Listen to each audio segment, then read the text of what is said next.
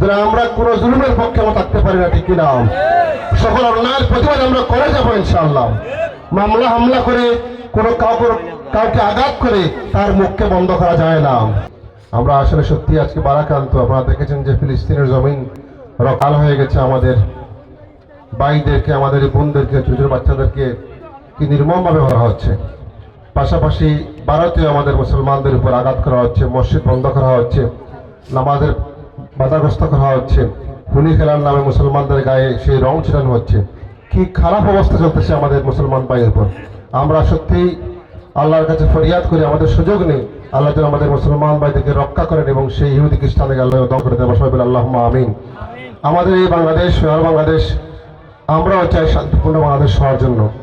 কিন্তু যদি মনে করেন যে এই বাংলাদেশের একক ক্ষমতা নিয়ে শুধু নিজে ঠিক থাকবে, অন্যকে আঘাত করবেন, তাহলে বাংলাদেশ সেই মধ্যে দশা হয়ে যাবে। বিভিন্ন সুন্নিয়তে তাদের উপর আক্রমণ করা হচ্ছে, মামলা দেওয়া হচ্ছে, বিভিন্নভাবে তাদেরকে আঘাত করা হচ্ছে। আমরা শান্তি চাই। বাংলাদেশের সোনার বাংলাদেশ হোক, শান্তি হোক। যারা ফ্যাসিস্ট, যারা জুলুম করে তাদের পতন হয়েছিল এবং ইনশাআল্লাহ যারা করেছিল এবং যারা করবে তাদের পতন ইনশাআল্লাহ হবে। যারা আমরা কোনো জুলুমের পক্ষে আমরা থাকতে পারি না, ঠিক কিনা? সকল অন্যায়ের প্রতিবাদ আমরা করে যাবো ইনশাআল্লাহ। মামলা হামলা করে কোনো কাউকে আঘাত করে তার মুখকে বন্ধ করা যায় না। কারণ তিনি ভয় করেন, আল্লাহকে ভয় করেন। যিনি আল্লাহকে ভয় করেন তাকে কেউ আটকাতে পারে না ইনশাআল্লাহ।